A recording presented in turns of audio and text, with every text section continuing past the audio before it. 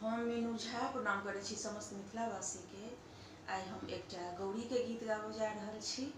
नीक लागत तऽ लाइक जरूर करब। धन्यवाद। जय मिथिला, जय मैथिली।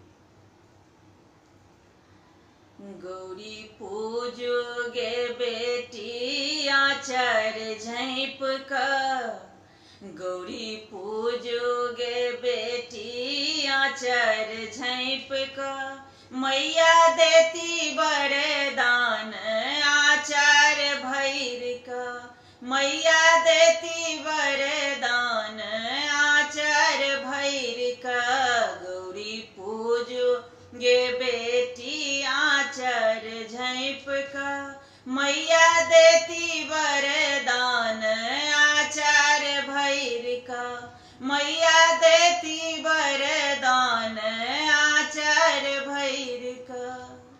हम मैया सँ मांगै छी वरदान, सिथ सिन्दूर सँ भरल रहे लाल लाल। हम मैया सँ मांगै छी वरदान, सिथ सिन्दूर सँ भरल रहे लाल लाल।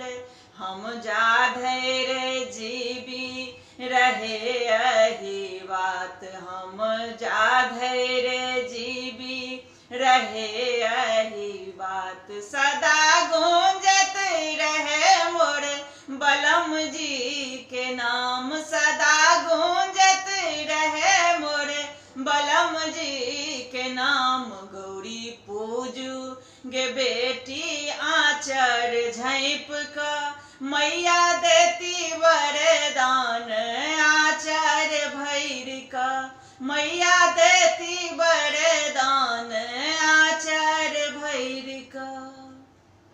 हम मैया सँ मांगै छी वरदान, सास ससुर सँ भरल रहे ई मकान। हम मैया सँ मांगै छी वरदान, सास ससुर सँ भरल रहे ई मकान। हम आबी एतऽ आ कहबी लछन मान, हम आबी एतऽ आ कहबी लछन मान।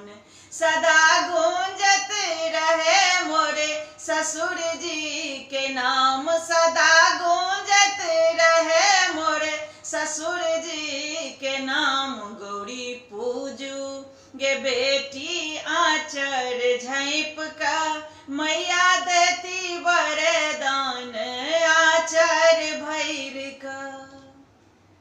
हम मैया सँ मांगै छी वरदान, भाई भातिज सँ भरल रहे ई मकान। हम मैया सँ मांगै छी वरदान, भाई भातिज सँ भरल रहे ई मकान। हम आबी एतऽ आ करी विश्राम, हम आबी एतऽ आ करी विश्राम।